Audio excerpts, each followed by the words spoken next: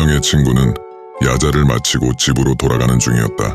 그때 갑자기 봉고차 한 대가 앞을 막아서며 3명을 태우고 어디론가 사라졌다. 정신을 차리자 눈앞에 가면을 쓴 사람이 서 있었다. 그는 3명을 바라보며 말했다. 10분 후 내 앞에 오른팔 하나 왼팔 하나가 있으면 너희를 살려주마. 아니면 전부 죽여버리겠다. 오른팔 하나 왼팔 하나다. 명심해라. 중간에 있는 친구가 말했다. 이게 무슨... 난 못해. 팔 하나를 잃는다 해도 결국 죽게 될 거야. 그러자 왼쪽의 친구는 잠시 생각에 잠기더니 용기를 내어 말했다. 그럼 내가 왼팔을 자를게. 오른편에 있는 친구가 이어 말했다. 난 오른팔을 자를게. 그렇게 두 사람은 멀쩡히 살아서 돌아왔고 한 명만 과다출혈로 죽었다. 어두운 밤 편의점에서 담배 한 갑을 사서 집으로 돌아가는 길이었다. 그때 갑자기 뒤에서 오토바이 소리가 빠르게 다가오는 것이 느껴졌다. 순식간에 머리를 세게 치고 지나가는 오토바이. 그 충격에 나는 바닥에 쓰러졌다. 눈을 떴을 때 나는 병원 침대에 누워 있었다. 경찰이 나에게 다가와 퍽치기 피해자라며 무슨 기억이라도 있는지 물었다. 하지만 나는 갑작스러운 공격에 아무것도 기억나지 않았다. 경찰은 연락처를 남기고 무언가 기억나면 알려달라며 병실을 떠났다. 심심함을 달래려고 오랜만에 친구에게 연락해 병문안을 요청했다. 병실 문을 열고 들어선 친구는 걱정 섞인 목소리로 말했다. 야, 너 진짜 퍽치기 당했다며? 범인 얼굴이나 번호판 아무거나 기억나는 거 없어? 나는 머리를 절레절레 흔들며 아무것도 기억나지 않는다고 대답했다. 친구가 병실을 떠난 후 무언가 이상함을 느꼈다. 그리고 병실의 창문 너머로 친구의 오토바이가 병원 앞을 천천히 지나가는 것이 보였다. 지수는 짝사랑하는 남사친이 있었다. 우연히 남사친의 이상형을 듣게 되었다. 난 많은 여자가 좋더라. 지수는 자신의 출렁거리는 뱃살을 바라봤다. 핸드폰 진동음이 고요한 방안을 채웠다. 완벽한 다이어트 약이란 문구와 오픈 기념 무료 체험이라는 링크가 반짝이고 있었다. 지수는 홀린 듯 링크를 클릭했다. 사이트 첫 페이지에는 나이, 성별, 혈액형, 건강 상태에 관한 설문이 있었다. 지수는 하나하나 상세하게 답을 했다. 다음 장엔 원하는 몸무게, 그 다음 장에는 배송지를 적으라고 했다. 다음 날 집 앞에는 택배가 와 있었다. 약이 도착했다. 지수는 기뻤다. 지수는 약을 먹고 기대감을 아는 채 잠이 들었다. 잠에서 깬 지수. 왠지 모를 두통과 찌뿌둥함이 느껴졌다. 지수는 자리에서 일어섰다. 그런데 출렁거리던 뱃살이 안 느껴졌다. 지수는 자신의 배에 붙어져 있는 반창고와 피자국을 보고 비명을 지르며 기절하고 말았다. 완벽한 다이어트야. 지수는 요새 들어 이상한 꿈을 자주 꾼다. 꿈속에서 창문 밖을 보면 검은 옷을 입은 남자가 지수를 보며 아직 한 자리가 남아있습니다. 라고 말하는 것이다. 그 말은 지수를 뼛속까지 차갑게 만들었고 매번 잠에서 깨어나게 했다. 매일 반복되는 악몽에 수척해진 지수를 위해 친구는 백화점으로 쇼핑 가자고 했다. 간만에 외출하여 기분이 좋아진 지수는 잠시나마 미소를 되찾고 마음이 한결 가벼워졌다. 사람들로 붐비는 백화점에서 엘리베이터를 기다리는데 아직 한 자리가 남아있습니다. 라는 악몽에서 들었던 목소리가 사람들의 웅성거림을 뚫고 들려왔다. 그 목소리에 섬뜩한 친숙함에 친구를 끌어내리며 엘리베이터를 타지 않았다.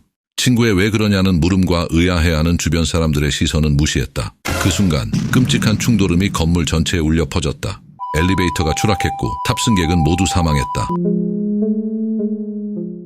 민주는 어젯밤 회식으로 정신없이 침대에 쓰러져 잠을 자고 있었다. 그때 침대가 이상하게 출렁거리는 것이 느껴졌다. 아이들이 또 뛰고 있나? 하고 생각하며 민주는 눈을 감은 채 짜증 섞인 목소리로 말했다. 침대에서 뛰지 마. 잠에서 깨어난 저녁. 집은 조용했고 냉장고를 뒤적이던 그는 아내와 아이들이 척에 간 것을 떠올렸다. 아내에게 전화해 아침에 아이들이 침대에서 뛰어댔다며 말했을 때 아내의 대답은 민준의 등골을 서늘하게 만들었다. 무슨 말이야? 우리 아침 일찍 출발했어. 애들은 방에 들어가지도 않았어.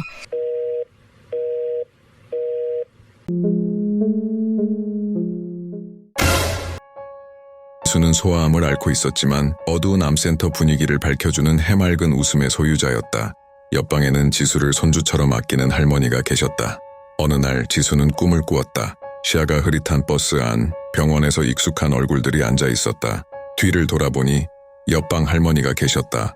지수가 반갑게 인사하려 하는 순간 평소와 달리 할머니가 큰 소리로 외쳤다. 너는 여기서 당장 내리거라. 놀란 지수가 잠에서 깨어나니 옆방에서 통곡 소리가 들려왔다. 저녁 시간 가족과 함께 식사를 준비하던 중 거실 TV에서 흘러나오는 뉴스 소리가 귓가에 울려 퍼졌다. 여보, 저기 당신이 예전에 살던 곳 아니야? 뉴스는 내가 오래전 떠난 고향에서 발생한 충격적인 사건을 보도하고 있었다. 폭우로 인해 물이 새서 집 천장을 뜯어보니 오래된 시체가 발견되었다는 내용이었다. 순간 깜짝 놀라 등줄기에 식은땀이 났다.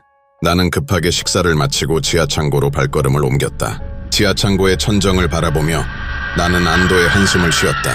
여기서는 아무런 문제가 발견되지 않았다. 천정은 튼튼하고 물 셀 틈도 보이지 않았다.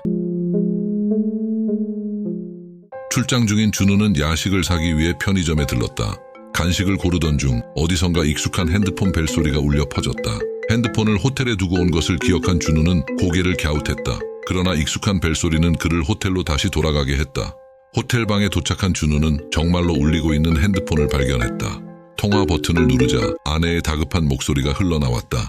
지수가 큰 사고가 나서 지금 병원에서 수술 중이야. 얼른 와줘. 가슴이 철렁 내려앉은 준우는 즉시 병원으로 향했다. 병원에 도착한 준우는 딸의 수술이 성공적으로 끝났다는 것을 듣고 안도의 한숨을 내쉬었다. 하지만 간호사의 다음 말에 준우는 얼어붙었다. 안타깝게도 부인은 사고 현장에서 즉사하셨습니다. 준수는 어릴 적 사고로 지적장애를 가지게 되었다. 부모님의 사랑스러운 보살핌으로 평범한 아이처럼 잘 크고 있었다. 하지만 학교에서 괴롭힘을 당해 점차 웃음을 잃어갔다. 준수의 웃음을 되찾기 위해 공기 좋은 한적한 시골 마을로 이사를 오게 되었다. 집 근처에는 오래된 우물이 있었는데 준수는 그곳에서 노는 것을 좋아했다. 위험하지만 거기서 놀고 나면 웃음을 되찾아 해맑게 웃는 모습에 어쩔 수 없이 놔두었다. 하루는 외할아버지가 편찮으시다는 소식을 듣고 엄마가 급히 외가로 갔다 다음 날 집으로 돌아왔다. 그런데 웬일인지 아빠가 보이지 않아 아들에게 물었다. 준수야, 아빠 어디 가셨어? 그러자 아들이 웃으며 대답했다. 아빠는 바본가 봐. 우물 안에 들어가서 나한테 막 살려달라고 소리치는 거야. 숨바꼭질 그렇게 하는 거 아닌데. 그래서 내가 모르는 척 해줘서 나 잘했지. 지수는 평소에도 가위가 자주 눌리는 편이었다. 어릴 때부터 체력이 좋지 않고 기가 약한 편이라 남들보다 가위에 자주 눌리는 것으로 생각했다. 처음에는 귀신이 안 보였는데 점점 귀신의 형태가 뚜렷해지기 시작했다. 친구에게 이야기하자 가위에 눌렸을 때 손가락을 움직이면 바로 풀린다고 알려주었다. 그 뒤로 가위에 눌릴 때마다 손가락에 힘을 주어 가위에서 바로 풀려날 수 있었다. 어느 날 잠이 든 지수는 가위에 눌린 기분이 들어 손가락을 움직이려고 애쓰는데 아무리 힘을 줘도 움직이지 않았다. 몸도 움직일 수 없어서 겨우 눈동자만 돌려 힘겹게 손가락 쪽을 보았을 때 귀신이 지수의 손가락을 못 움직이게 꽉 잡고 있었다.